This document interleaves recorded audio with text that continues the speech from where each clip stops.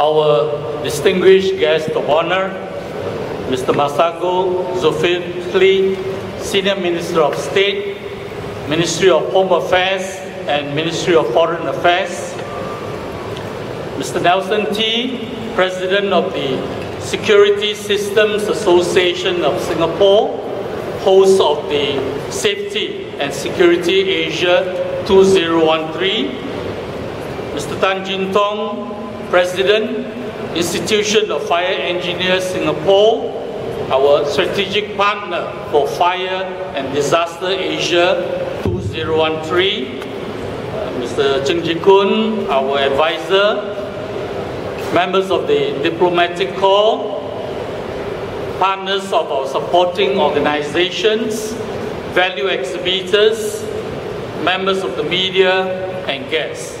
A very good morning to all of you.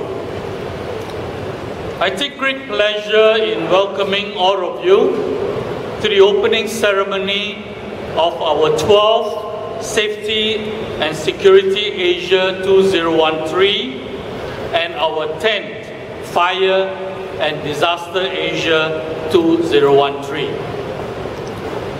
Today, safety, security, and disaster management are undoubtedly highly important aspects of protecting our country and our people.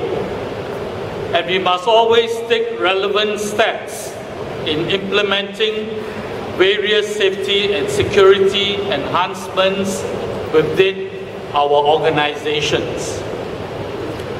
As such, I believe that Safety and Security Asia and Fire and Disaster Asia 2013 will be the key platforms to keep abreast on the latest trends, products, and knowledge in the safety, security, and disaster management arenas, so as to minimize security breaches, casualties, and damages.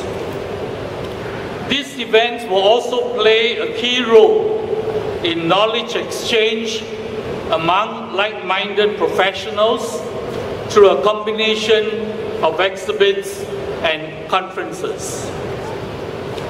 These events bring together top experts in the field and showcase an extensive array of new technologies, solutions, products, and services catering to the safety and security and the disaster management sectors. And for the first time, SSA and FDA 2013 are also co-located with 3 other related exhibitions: IFRAME, the International Facility Management Expo 2013, Workplace Safety and Health Asia 2013, and LabTech Asia 2013. The various exhibits from all sectors have been put together for the strategic purpose of creating an integrated premier sourcing platform for the construction and building services industry, as they are all related. Not only does a building need to be sustainable, it also requires safety and security solutions, as well as workplace safety implementations to be in place in order to create a safe and conducive working environment. In total, we are pleased to welcome some 256 exhibitors from 22 countries, occupying 15,000 square meters of exhibit space here in the Marina Bay Sands. Apart from the extensive showcase of new products, technologies, and solutions, we also have concurrent conferences to provide our trade visitors and professionals with a deeper understanding of the safety, security, and the disaster management segments. These conferences will look into the latest trends and developments, as well as providing industry professionals with a platform to engage in in-depth discussions and exchanges. Some key topics that will be addressed during the conferences include emergency preparedness and crisis management. These aspects are highly relevant after the recent terrorist attacks in Boston, USA, serving as a stark reminder that we must always remain vigilant and that we must know at least the basics on how to protect lives and properties. In conclusion, I would like to thank the Security Industry Institute and the Singapore Workforce Development Agency for organizing the Security Industry Conference 2013. I would also like to thank the Institution of Fire Engineers Singapore for organizing the IFE Seminar 2013, as well as the Business Continuity Planning Asia Private Limited for organizing the Asia Business Continuity Conference 2013. I would like to thank once again our guest of honor, Mr. Masagos Zulkifli, for taking time off to attend our opening ceremony this morning, the Security System Association of Singapore for being the host of SSA, our supporting organizations, and all our valued exhibitors for the continued interest and support of SSA and FDA 2013. I wish all of you a rewarding and enriching experience here at Safety and Security Asia and Fire and Disaster Asia 2013. Thank you.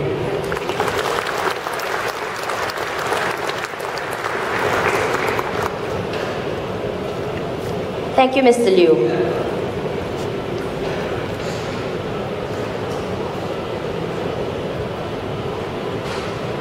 Let us now welcome Mr. Nelson Tee, President of the Security Systems Association of Singapore, host of Safety and Security Asia 2013, to say a few words.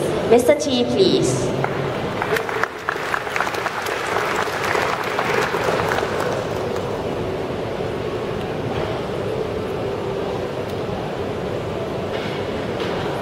Our distinguished guest of honor, Mr. Masagos Zulkifli, Senior Minister of State, Ministry of Home Affairs and Ministry of Foreign Affairs. Mr. Evadiu, PBM, Group Managing Director of Conference and Exhibition Management Services Private Limited Singapore, Organizer of the Safety and Security Asia and Fire Disasters Asia 2013. Mr. Tan Jin Tong, President, Institution of Fire Engineers Singapore, Strategic Partner of Fire and Disaster Asia 2013. Members of Diplomatic Corps, fellow supporting organizations, valued exhibitors, members of the media and guests, a very good morning to all of you. It is my privilege to be standing here today on behalf of the Security Systems Association of Singapore to present another edition of Safety and Security Asia and Fire Disaster Asia 2013. As terrorism evolves to new levels of security breaches, such as bank fraud, company espionage, and identity theft, in the next 20 years, safety and security for government, regional and international corporations continue to be a global concern. Thus, in order to better protect the country, assets and the people, it is crucial that safety and security enhancements and implementations are in place. Safety and Security Asia 2013 will therefore be the key platform in Southeast Asian region to bring together the top experts in the fields and to showcase an extensive array of new technologies, solutions, products and services catering the safety and security sectors. As the only security systems association in Singapore, we aim to lead and support the Singapore electronic security industry in the provision of security products and services. Participating in Safety and Security Asia 2013 not only enables us to keep up with the industry trends and technological developments in the region, it also allows us to keep in touch with industry professionals in the region and to refresh and encourage business opportunities. As such, I believe that this event will also present a great and timely opportunity to expand, network, and forge new opportunities along with information and knowledge exchange among industry professionals. There's much that we can learn from each other through this event. One that I hope will bring forth positive customers for all parties. Finally, I would like to thank our guest of honor, Mr. Masagos Zulkifli, for being here today. I would like to thank Conference and Exhibition Management Services Private Limited for organizing these events, as well as our supporting organizations for their show support. I look forward to any and all contributions, and I believe that this edition, as well as others in the future, will be a great success. Thank you. Thank you, Mr. T. Once again, today we are very honored to have with us our guest of honor, Mr. Masagos Zulkifli, Senior Minister of State, Ministry of Home Affairs and Ministry of Foreign Affairs. Let us now invite the Minister to give his opening address. Minister, please.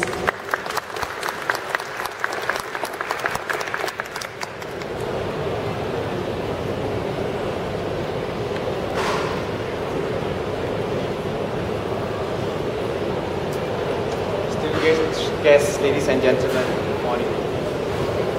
I'm pleased to be here at the joint opening of the Safety and Security Asia and the Fire and Disaster Asia 2013. Many of you here today are stakeholders in the safety and security line, including representatives from the industry, businesses and government. These two events together provide an ideal platform for participants to network and forge strategic relationships in our common aim of keeping our country and our people safe and secure. We face immense challenges to our safety and security in today's dynamic and complex environment. Firstly, terrorism remains a persistent threat to security in the region and elsewhere. The attack at the Boston Marathon just 3 weeks ago, committed against innocent bystanders at a time and place where one least expected. It's a grim reminder of these omnipresent threats. To thwart the security measures put in place by the authorities, perpetrators are on the constant look for new targets and new ways to carry out their attacks. To counter this, we too must similarly evolve and innovate. While we have been fortunate to be spared from being the epicenter of natural disasters, we cannot rule out the possibility of man-made disasters or threats in other parts of the world reaching our shores. This is so especially because Singapore is a hub city with extensive linkages to many parts of the world. Can we do anything to totally prevent such incidents or disasters from happening? Even if we could, how much should we do, given that we have to weigh against the risks and the economic costs and the scarce resources that we have? Alas, there's no 100% guarantee that the crisis will not hit Singapore. As such, we must also know what to do and be ready to react if major incidents do occur to minimize injuries, death and damage to property. In addition, businesses and industry players can and should play a crucial role in keeping us safe and secure. Ladies and gentlemen, firstly, industry players and businesses must continue to harness technology, which is a key enabler to a safe and secure environment. We know that criminal and terrorist elements have been using technology to organize themselves, operate across borders, and to launch and coordinate attacks. For example, in the 2008 Mumbai attacks, the terrorists stunned authorities, not only with their use of sophisticated weaponry, but also with their comfort with modern technology. They studied satellite photos for reconnaissance purposes. In fact, they were just using Google Earth. They used GPS technology to navigate their way around the targets and communicated with their handlers using internet phones. Therefore, we cannot do less than terrorists in harnessing the power of technology. Indeed, we must stay one step ahead. We saw technology again being used to good effect in the aftermath of the Boston attacks. The FBI leveraged on footages from surveillance cameras to help identify the two Boston bombers, and subsequently used thermal imaging from a helicopter to confirm the location of the second suspect, who was then hiding in a boat. This example illustrates how technology enables security professionals to do their work more effectively and efficiently. I therefore urge industry players to share ideas and continue innovating and devising practical and cost-effective solutions that will address our safety and security challenges. On this note, I'm pleased that the efforts of the industry in this area are being recognized. The Malayan Awards, which I'll be presenting later, is an award to recognize the innovative contributions of the industry that enhance safety and security. As I congratulate the 7 winners of the awards this year, I also hope that such initiatives spur on the rest to push the envelope in harnessing technology and innovation. Ladies and gentlemen, industry players and businesses can also help to maintain a safe and security environment by being prepared for emergencies. Efforts by the authorities alone would not be enough to prevent incidents from happening or for us to respond effectively to initial phases of an incident. The government is therefore encouraging different groups of the community, including businesses and industries, to take ownership and adopt a self-help mentality for emergency responsiveness. Businesses and industries can gear themselves up in emergency preparedness through initiatives such as the Company Emergency Response Team, or CERTS.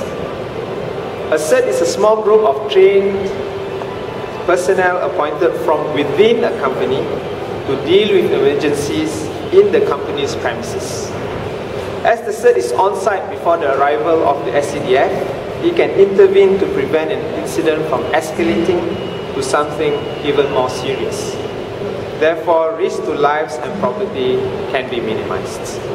A good example is the CERT from the Port of Singapore Authority, or PSA.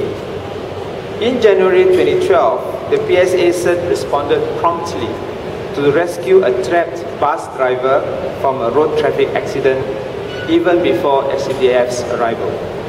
CERTs are also key resources that work hand in hand with the SCDF to tackle major incidents. In February 2011, for example, the Airport Emergency Services fought a bushfire off Changi Coast Road together with SCDF, thus containing the fire to the size of one football field, which otherwise would proliferate to more. The SCDF has also recently formalized this requirement for CERTs for designated buildings with fire safety managers under the amended Fire Safety Act. The SCDF will work closely with businesses and premises owners to support them in their training of CERTs and development of emergency response plans. Today, businesses are already taking steps to enhance the competency and skills of the security personnel. This is crucial because the private security industry plays an integral role in supporting the work of the government to ensure the safety and security of the people.